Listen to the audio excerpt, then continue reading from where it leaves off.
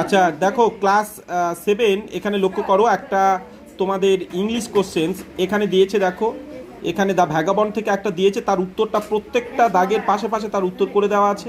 আর কোনোটা উত্তর তার তীরচিহ্ন দিয়ে পাশে দেওয়া আছে। ঠিক আছে, যেটা তীরচিহ্ন দিয়ে যেটা দেওয়া আছে তার উত্তর সেটা সেইভাবেই করে দেওয়া আছে, লক্ষ্য করো। এবং আমি এর পরের পেজ যাব। দেখো আমি অনেকক্ষণ স্টে করছি এই জন্যই, যাতে তোমরা একটু অনেকক্ষণ ধরে দেখতে পারো এবং পজ করে দেখতে পারো। চলো পরের পেজটায় যাই।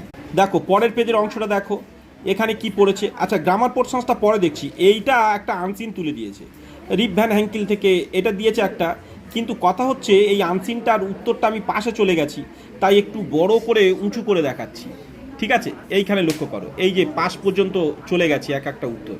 ঠিক আছে, আচ্ছা প্রথমত এইটা মনে করো, এইটা দেখছো সেই হিসাবে আমি ধরছি, তাহলে এইভাবে যেতে যেতে আমি পাশটাকে দেখাচ্ছি। এইভাবে পজ করে প্রত্যেকটা একটু দেখে নেবে কোনটার উত্তর কী। ঠিক আছে, এইভাবে দেখো। আর বাকি গ্রামারগুলোকে লক্ষ্য করো এইখানে, কারণ এইটা এক্স্যাক্টলি আনসিন সবার যে পড়বে তা নয়, তাই ওটা দিয়ে গুরুত্ব নয়। গ্রামারগুলো ভালো লক্ষ্য করো, অনুশীলনী থেকে তোমাদের এসছে ওই রুলসে ডিগ্রি যেমন পড়েছে, বা এইগুলো যেমন পাশে এখানে দেখো কিছু ট্রেন্ডস তার রূপান্তর করতে বলছে। আর রবীন্দ্রনাথ ঠাকুর আমাদের স্টুডেন্টদের পড়িয়েছিলাম, এটা স্কুল থেকে বলে দিয়েছিল যে এইরকম কিছু প্যারাগ্রাফ পড়বে, 5-6টা দিয়েছিল, তার মধ্যে রবীন্দ্রনাথ ঠাকুর পড়িয়েছিলাম। তো ওরা পেরেছে, অবশ্যই পেরেছে।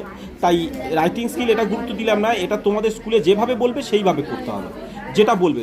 শুধু এখানে প্যারাগ্রাফ ছাড়া অন্য কিছুও পড়তে পারে, ওই জন্যই এটা লিখে দিলাম না, বাকি সব তোমাদের কমপ্লিট করে রাখবে।